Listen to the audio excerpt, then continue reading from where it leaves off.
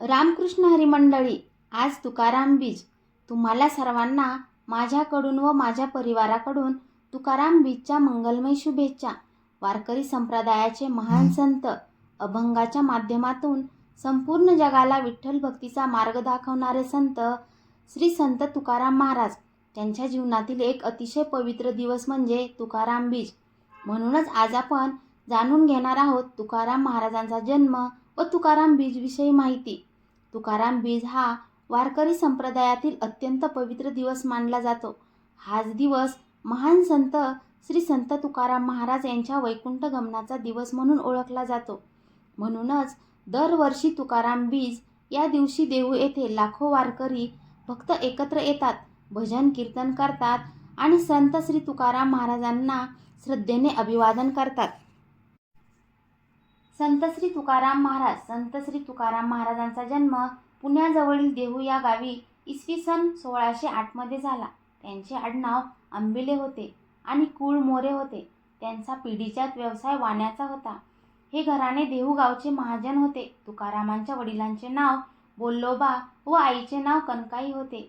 या घराण्याच्या मूळ पुरुषाने विश्वंभर यांनी घराजवळ विठ्ठलाचे मंदिर बांधले होते. त्यामुळे त्या घरात विठ्ठल भक्तीचा वारसा चालत आला होता. अशा विठ्ठल भक्तीच्या वातावरणाचे शुभ संस्कार तुकारामावर लहानपणापासूनच झाले होते. घरात महाजनकी असल्यामुळे तुकाराम लहानपणीच लिहायला वाचायला शिकले. त्यांनी संस्कृतचाही परिचय करून घेतला. गीता आणि भागवत या ग्रंथांचा त्यांनी सखोल अभ्यास केला. कथा, कीर्तने आणि भजने ऐकून तुकाराम बहुश्रुत झाले. सदाचार न सोडता व्यवहार कसा करावा ह्याची शिकवण त्यांना घरातूनच मिळाली. तुकाराम 13 वर्षाचे झाल्यावर त्यांच्या वडिलांनी सावकारकी, व्यापार आणि महाजनकी यांचे व्यवहार हळूहळू त्यांच्यावर सोपवले. 13व्या वर्षापासून ते 17व्या वर्षापर्यंत तुकारामांनी घरचे सर्व व्यवहार वडिलांच्या मार्गदर्शनाखाली जबाबदारीने सांभाळले. याच 5 वर्षाच्या काळात तुकारामांची 2 लग्ने झाली. पहिली पत्नी रखमा ही दमेकरी असल्यामुळे तिच्या हातून संसाराचा गाडा रेटला जाणार नाही असे समजून तुकारामांच्या वडिलांनी तुकारामांचे दुसरे लग्न आवलीशी लावून दिले. तिचे लग्नानंतरचे नाव जिजा होते.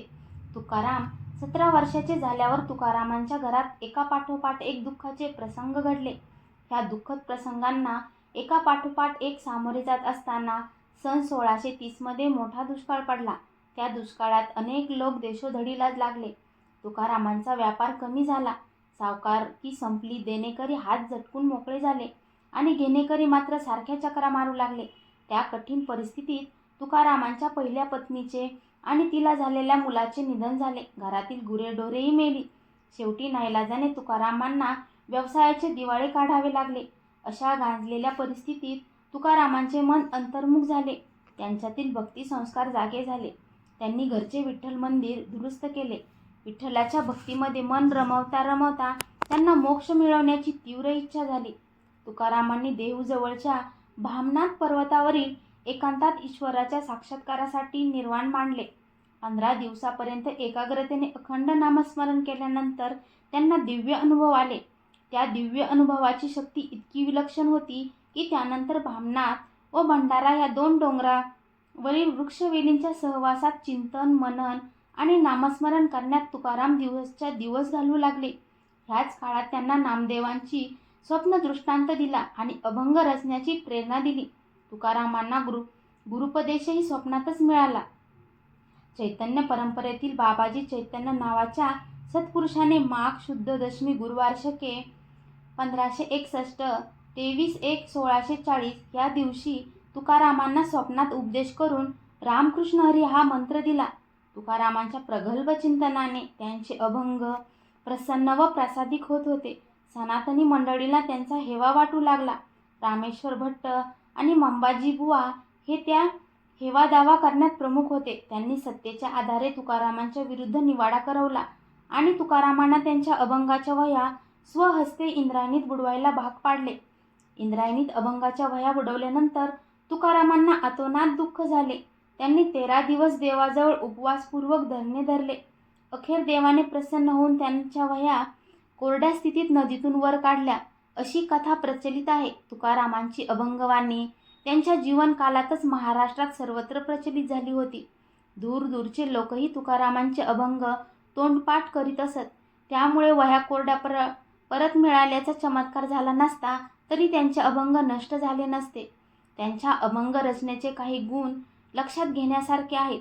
एक म्हणजे जरी अनेक ठिकाणी संसारातील शहाणपणाचे विचार, मानसशास्त्रीय पैलू आणि घटनांची वर्णने त्यांच्या अभंगात आढळत असली तरी सर्व भर श्रीकृष्णाच्या सगुण भक्तीवर आहे.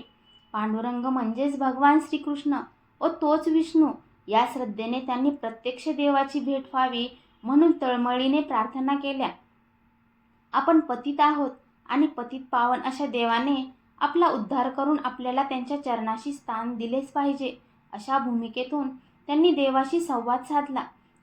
आपल्या दैवताबद्दल एवढी उत्कंठ भावना इतर कवीच्या रचनेत क्वचितच आढळून येते. एकीकडे त्यांचे भाबडे मन आणि दुसरीकडे त्यांनी देवाशी केलेली भांडणे ही वाचताना देवाला सर्व भावांनी सर्वतोपरी शरण जाणे म्हणजे मग काय ते चांगलेच प्रत्ययास येते. भक्त व भगवंत यांतील द्वैत अद्वैताच्या पार्श्वभूमीवर आनंदाने डोलताना त्यांच्या अभंगात पाहायला मिळते. तुकारामांना मोक्ष नको होता, निष्कर्म अवस्था नको होती.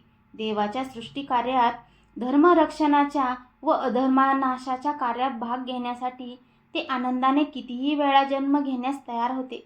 देवा, मला काही नकोय, तुला काय हवे आहे ते मला सांग, अशीच त्यांची भूमिका होती. ते म्हणत, सुखे गर्भवासी घालावे आम्हासी. फाल्गुन वद्ध द्वितीया शके 1671 म्हणजे 6 मार्च 1650 या दिवशी संत तुकाराम यांची इहलोक यात्रा समाप्त झाली.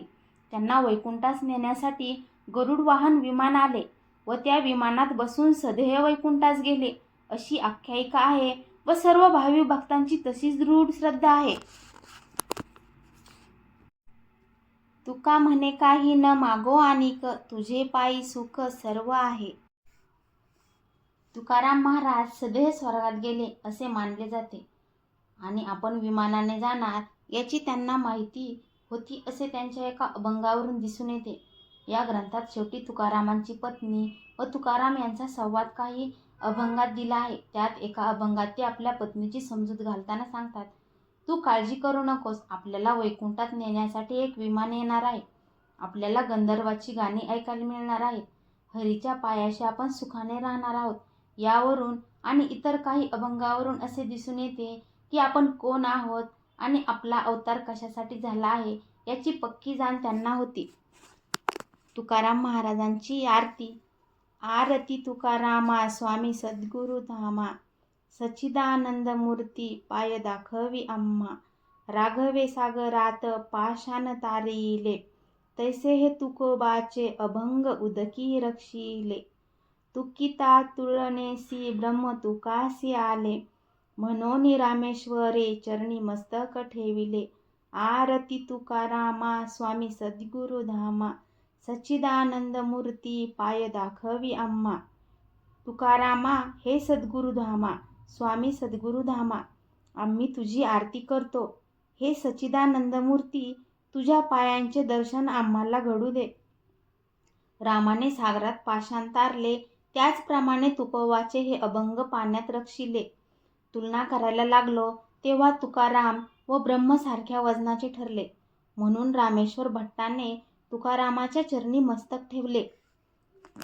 तुम्हाला आजचा व्हिडिओ कसा वाटला ते कमेंट करून नक्की सांगा. तुम्हाला आमच्या चॅनलवरील व्हिडिओ पाहायला आवडत असतील तर चॅनलला नक्कीच लाईक, शेअर व सबस्क्राईब करा. धन्यवाद.